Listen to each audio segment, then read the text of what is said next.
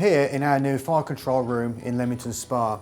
This represents over 3 years worth of work and £2.5 million worth of investment to improve the infrastructure of communications technology for receiving 999 calls, mobilising fire crews and managing the entirety of the command and control of operational incidents. The fundamentals of this are the new X system, which receives and logs 999 calls and is the method that we use to take telephone calls and radio messages. The new Fortec Vision 4 system then is the mobilising system that contains all the mapping references for the service and risk information. All fire stations have received new mobilising systems with emergency power backup systems. So everything within the service, from the receipt of the 999 call to the mobilising of fire crews, all of the technology has been replaced in its entirety. The next part of the programme then is the partnership with Northamptonshire Fire and Rescue Service, where we link the two fire controls together.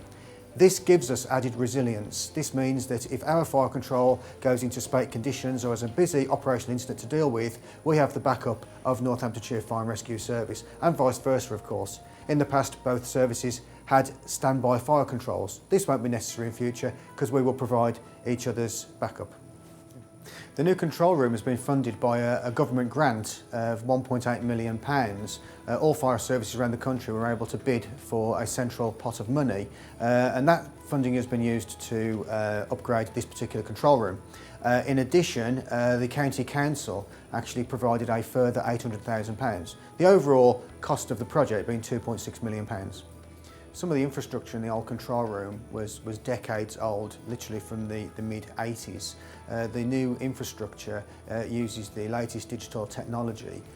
Will enable automatic vehicle location systems to be used, for instance, and will also enable fire crews to respond using data mobilising rather than using voice-activated messages to book in attendance at mobile to incidents. This will be very much push button to book in attendance.